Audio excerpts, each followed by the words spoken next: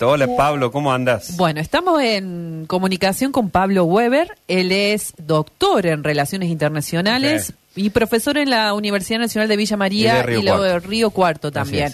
Así que bienvenido a Donde Estamos Cuando Estamos. Hola Pablo, bienvenido a esta mesa de trabajo. ¿Qué tal, Vanessa, Mauricio, compañeras y compañeros de la emisora, audiencia, amigas? Un placer estar con ustedes. Gracias, igualmente Pablo. Muchas gracias. Sabrás más o menos para qué te habremos convocado, ¿no? Es decir, estamos viviendo mínimamente, digamos, si no tomé apunte mal, ¿no? Es decir, estamos viviendo, a ver, desde el 24 de febrero de 2022 con la invasión de Rusia a Ucrania, ¿bien? Digamos, un conflicto que ya tiene antecedentes, ¿no? Es decir, casi una década con anterioridad de ese conflicto, en primer lugar. Luego, digamos, con Israel y Siria desde el 8 de diciembre de 2024 y recientemente con Israel e Irán, ¿no? Es decir, ahí tenemos 3 conflictos en el último tiempo que han sacudido vamos a decirlo así, la estabilidad o el orden internacional, ¿no? Es decir, sí. Hola. Hola. Ahí va. Sí, tal cual, sí. Es como ustedes están diciendo. Los que peinamos canas, aunque no se nos vean, recordamos con cierta emoción la época en que el mundo tenía reglas claras. Y no estoy diciendo que fuera mejor. No, claro. Lo que digo es que el mundo bipolar, Vanessa, Mauricio, era un mundo previsible. ¿Por qué? Porque el que estaba de un lado sabía cuáles eran las reglas, y las argentinas y los argentinos lo pagamos muy caro cuando no tuvimos previsión en el tema de las Islas Malvinas. Sí, por supuesto. Alguien creyó que los del otro bloque se iban a jugar por nosotros. Los del otro bloque sabían que, al igual que en el siglo V antes de Cristo, en la guerra del Peloponeso, que había, si bien el concepto de mundo era mucho más restringido, había un mundo de 2 partes con 3 reglas que se repitieron en el mundo del siglo XX. Es decir, el mundo dividido en 2 partes. Cada uno de los jefes de bloque tenía a sus gobiernos aliados en sus ciudades-estado o en sus estados de cada lado. Y lo tercero, la necesidad de eliminar a la disidencia intrabloque. Eso generó nuestros desaparecidos, nuestros muertos, pero cuando cae el muro de Berlín y que le hicieron creer a la sociedad global de que era un triunfo de la democracia y del capitalismo, en realidad en la democracia y el capitalismo también quedaron malheridos. La cuestión ¿cuál es?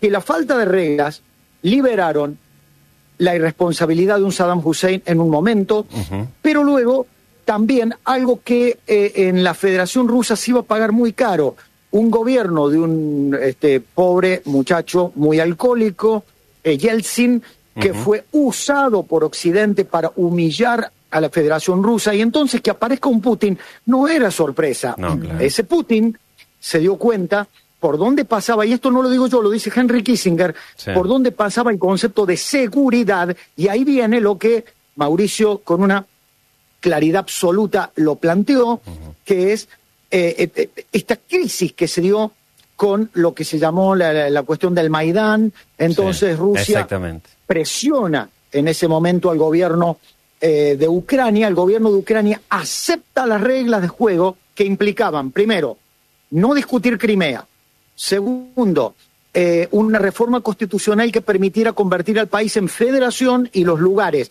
rusoparlantes tener autonomía; tercero, el tema de no meterse en alguna organización prooccidental como podía ser la Organización del Tratado del Atlántico Norte. Esto generó una revuelta.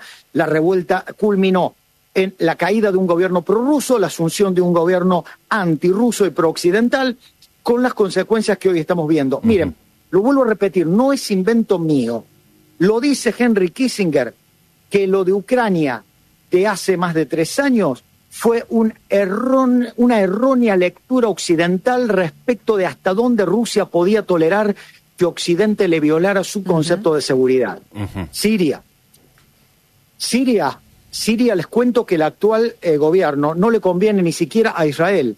Claro. Más allá de que el actual gobierno se haya reunido, Vanessa, Mauricio, con el presidente Donald Trump, el actual gobierno es un hombre islamista que no genera confianza ni en Occidente ni en el Oriente Medio, y que ya está demostrando con las masacres de los alauitas hace unos meses y de los cristianos la semana pasada, que es una persona que si no fuera porque Israel le bombardeó todas las bases y aeropuertos que podían ser utilizados por el remanente de las Fuerzas Armadas de Bashar al-Assad, hoy el mismo Israel estaría pagando algunas consecuencias. Y luego de este largo y tedioso monólogo, Israel-Irán.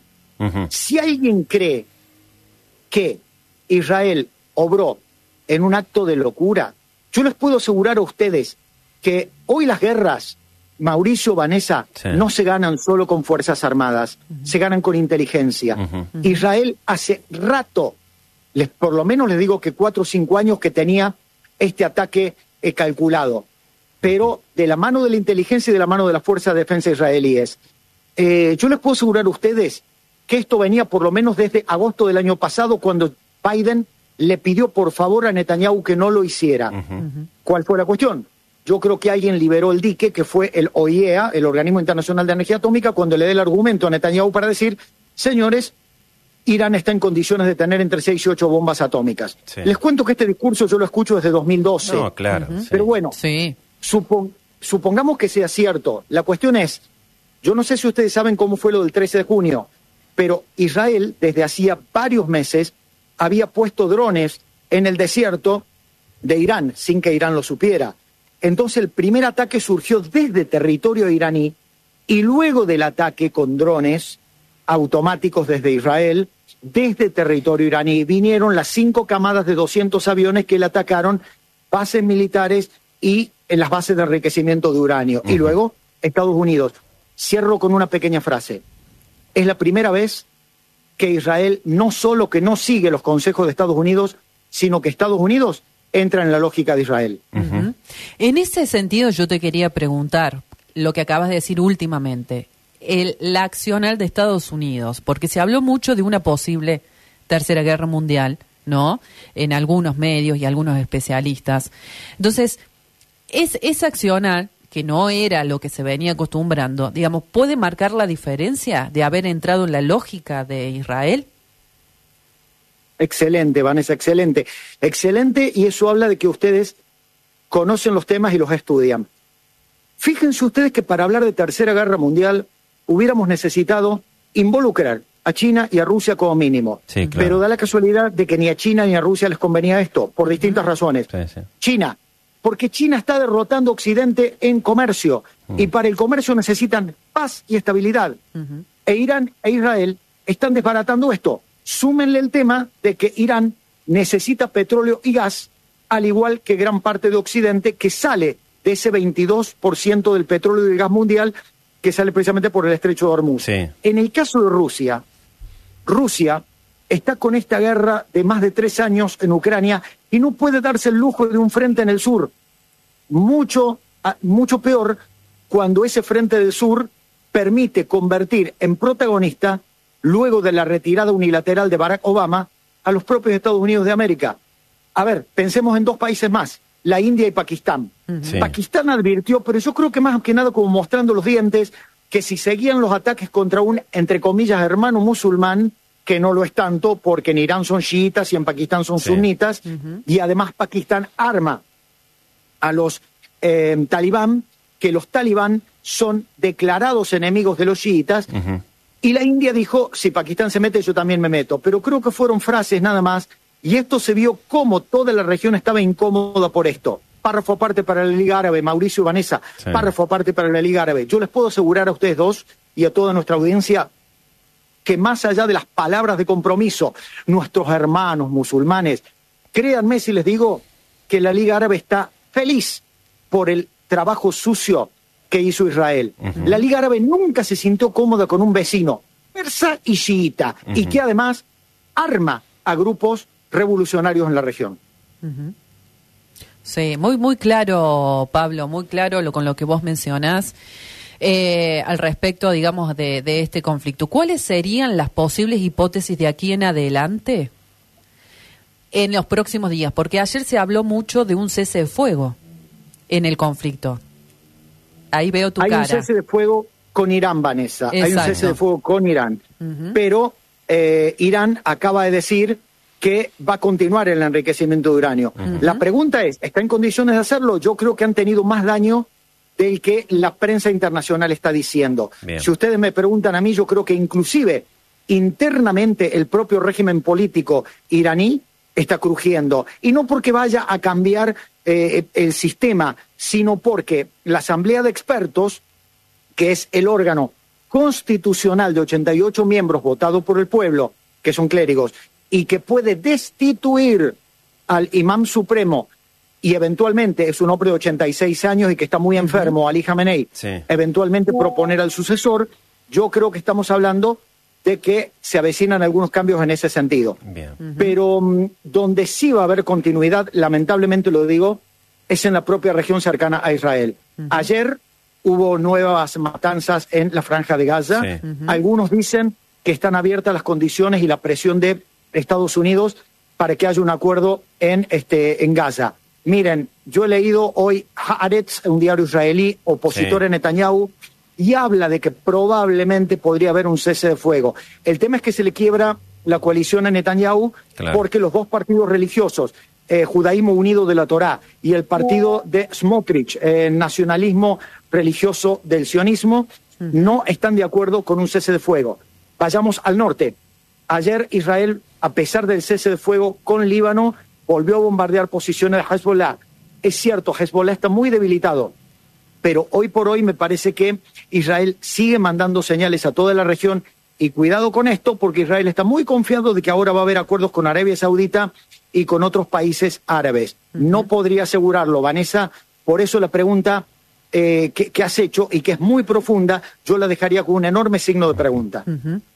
Muchísimas gracias, Pablo, porque la verdad que hemos estado bombardeados de mucha información durante esta semana, y convengamos también que muchos de los medios nacionales tienen una postura muy tomada con respecto de un lado o al otro. Sí, claramente. Entonces queríamos entrevistarte a ti porque hay una mirada, un análisis mucho más objetivo, y la verdad que nos ayuda a comprender mucho más el conflicto de lo que está pasando a nivel internacional. Gracias, yo les quiero gracias. agradecer a ustedes dos y comentarles que como universitarios que somos, a pesar de que hay alguien en Balcarce 50 de Buenos Aires que dice que nos odia a los que pertenecemos al Estado, el próximo viernes vamos a hacer... La idea era un espacio de formación dentro de la asignatura de Relaciones Internacionales en la sede de Córdoba, pero hemos decidido abrirlo para todo el que quiera participar, con mis compañeros y compañeras, ayudantes de segunda, adscriptos, para que todo el que pueda participar, participe, no solamente creyendo que uno puede informar y formar. Yo también quiero formarme e informarme de las preguntas y los aportes que los demás quieran hacer. Por supuesto. Muchísimas gracias. Estamos en un mundo, digamos, lo suficientemente complejo, y por ahí los diálogos intergeneracionales también son complejos. Entonces celebro esto que estás diciendo porque, bueno, va un poco por ahí la cosa, ¿no? Es decir, estamos en momentos en los cuales las conversaciones no son tan habituales, ¿no? Es decir, son más habituales otro tipo de comportamientos. Entonces, me parece que, digamos, la apertura de una actividad para la comunidad, no dejarlo encerrado en el claustro, digamos, de una cátedra, de una actividad práctica por ahí más común, más frecuente en las universidades, y hacerlo público, va también un poco de lo que como universitarios tenemos que hacer para la sociedad, ¿no? Bueno, y yo quiero decirle a la audiencia que estoy muy agradecido porque me han honrado con este espacio, pero la audiencia tiene que saber que Vanessa y Mauricio tienen el nivel y el conocimiento suficiente como para dar una clase sobre estos temas prescindiendo de mí. Ha sido un acto de generosidad de ustedes dos. Por favor, Pablo, muchísimas gracias. Los agradecidos somos nosotros de que estés del otro lado, compartiendo tu tiempo, porque sabemos que tenés muchos compromisos en el día de la tarde, y bueno, te has hecho un lugar, un espacio para poder dialogar y conversar con nosotros. Así que seguramente te vamos a estar molestando más adelante, porque esto va a seguir. Sí, claramente. Es un conflicto que va a seguir, así que te vamos a molestar más adelante, seguramente. Bueno, muchas gracias, Pablo. Ojalá las molestias fueran como esta. Un abrazo grande y buen fin de semana.